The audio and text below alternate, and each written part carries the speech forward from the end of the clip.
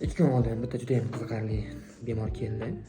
3 yil davomida darvoza qo'shiqlari kuzatilishiga 2013-yilning 13 yoshli qizcha keldi. Tekshirib ko'rganimizda juda ham kulgili, achinarli holatning guvohi bo'ldik. 3 yil davomida epilepsiya qo'shiqlari kuzatilgan, qayta bo'lgan, faqat kechasi kuzatilgan va turar joy bo'yicha davo muolajalarini olishgan. Tekshiruvlar o'tkazilgan. Tekshiruvlarni ko'rsa esa odamni to'g'risi jahli chiqib ketadi. 3 yil davomida EEG tekshiruvlar o'tkazilgan, umuman standartlar bo'yicha qilinmagan bir g'alati tekshiruv usullari, ya'ni mana 5-10 daqiqalik mana bunaqa suratli EEGlar qilingan. Mana bu xulosalar bilan mana bu ahamiyatga ega bo'lmagan mikrovoltlar bilan odamlar o'zini o'zi aldab yurgan. Mana 106 mikrovolt, ko'rsangiz mana 97 mikrovolt ulучшение yaxshilanib deb beryapti, lekin klinikada umuman yaxshilanish kuzatilmagan. Mana 103 mikrovolt ulучшение bo'lgan, boyagidan ko'ra yomonlashish bo'lgan.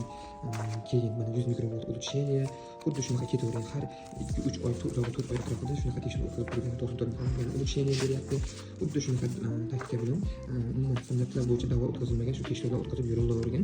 1,5-2 yil davomida odamlar o'zini o'zi aldab yurgan desa ham bo'ladi. Mana ulучшение ketyapti, o'rtada mana yana ulучшение, shunday tekshiruvlar o'tkaziladi. Bir xil deyarli 5-10 daqiqalik standartlar bo'yicha qilinmagan EEGlar bo'yicha 98 mikrovoltga birdan ko'tarib ketyapti, ulучшение yomonlashish beryapti. Va oyning oxirgisi adashmasam 95 mikrovolt bilan ulучшение va umuman effekt kuzatilmagandan so'ng keyin boshqa vrachlarga murojaat qilishgan.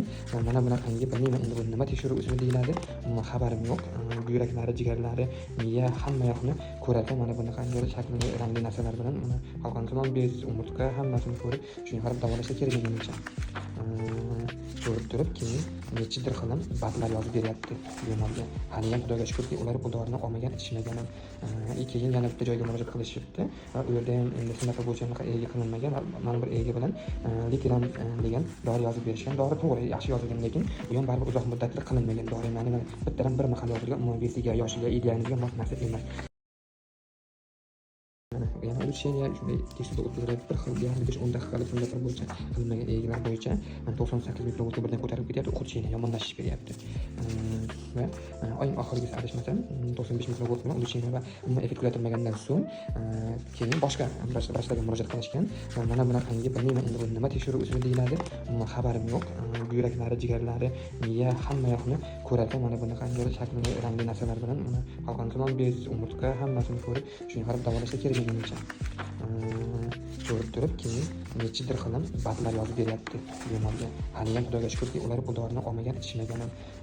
Keyin yana bitta joyga murojaat qilishibdi. U yerda ham endi shunaqa bo'yicha EEG qilinmagan.